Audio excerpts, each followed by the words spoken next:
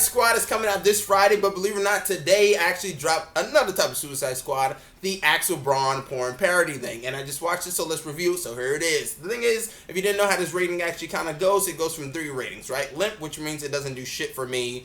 2, which is pretty much a decent shot. And 3 is full blown, which is the cream of the crop, pretty much. And that's how we kind of rate these things. And is it worth your money or your time or your threading or whatever you do these days, these kids?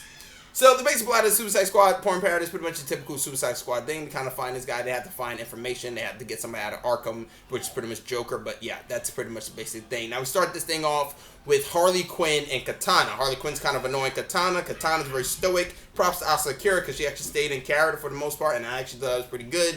And the chick that played Harley, she actually does a very good job at just acting. Now granted, I thought this entire movie, I felt like I was actually more interested in kind of like the story. Believe it or not, I was actually more interested in some of the story stuff than actually some of the sex scenes. But just in general, she kind of annoys her. She kind of puts the top down. Then it kind of gets some lesbian action going on. You know, granted, both of them are kind of looking like a couple of bushwhackers because they're a big fan of the bush. They start chopping down on each other, and for the most part, it was actually a pretty good scene. See some body contortions going on, and they both stayed in character. And the best thing about it was, or at least to me personally, was that Katana, aka Asa Akira, right, she actually managed to stay silent. She said nothing, just like usually what Katana would be. So I'd say that's some dedication to the craft right there.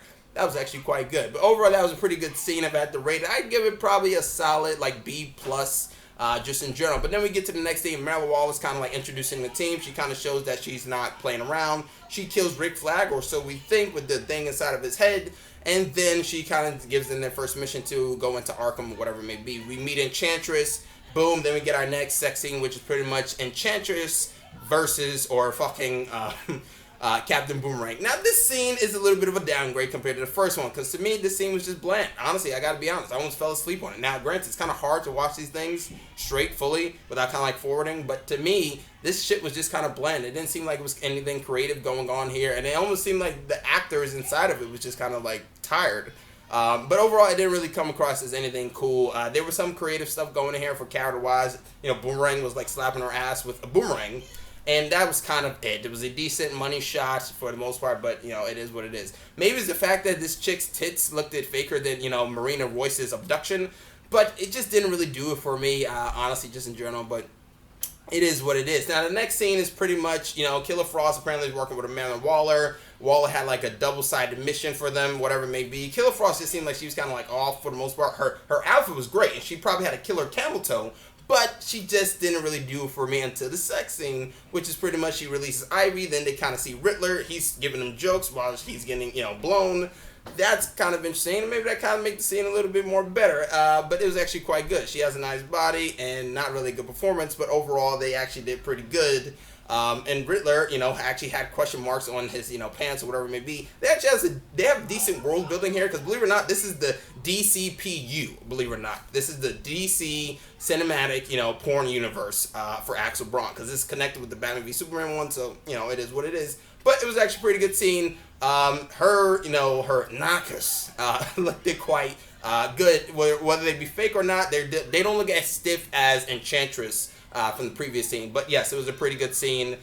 He kind of gets both of them plastered, and that's kind of how we ended, pretty much. Then the next scene is pretty much, it's Deadshot versus Katana, which to me is the MVP of the night, which is pretty much a good scene. Killer Frost is kind of betraying, you know, Katana, and Deadshot, she kind of freezes the thing. Also, she kind of kills, spoiler alert if you care, she kills fucking Captain Boomerang by grabbing his crotch and like freezing his shit, which pretty much gives him, you know, like very cold balls, but that's kind of how he gets killed. She freezes the door, Katana and Deadshot is locked in. For some reason, they decide to kind of have sex. They get it on. It's actually a pretty good thing. They have some anal going on, you know, it's kind of hot or wherever it may be.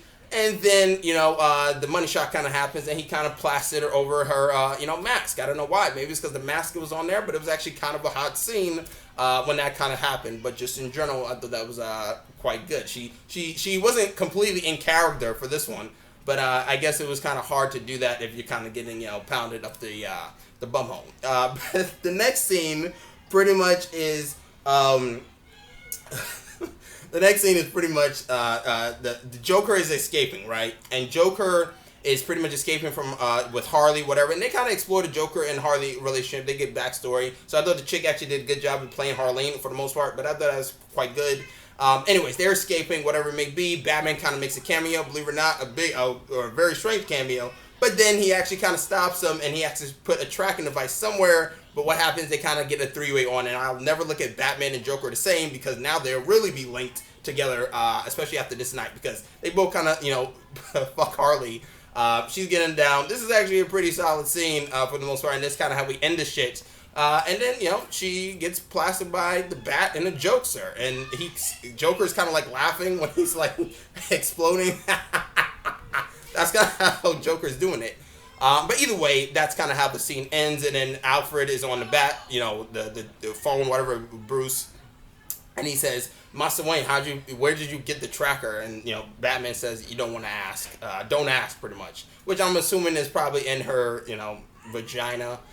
My guess, just in general. But overall, that's kind of how we end this thing. And then it kind of ends with Amanda Waller talking to Rick Flag. What? Rick Flag is actually alive? And it turns out it was all part of her masterful plan to kind of manipulate the team. And that's how we kind of end this shit.